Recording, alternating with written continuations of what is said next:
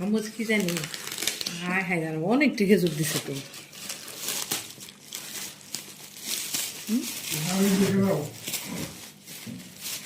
সগি girl আমার রোজার মধ্যে চলবো সেই 5 কেজি কম না তো কেন না 5 কেজি তুমি এই ভাইকে চেনো যে আমাকে খেজুর দিচ্ছে কথা যদি দিছ কেচের দিয়ে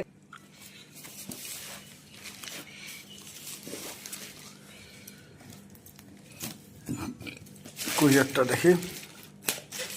এই যে স্ট্রিট ফাস্ট নামে একটা কুরিয়ার ঘাপলা করছিল এই যে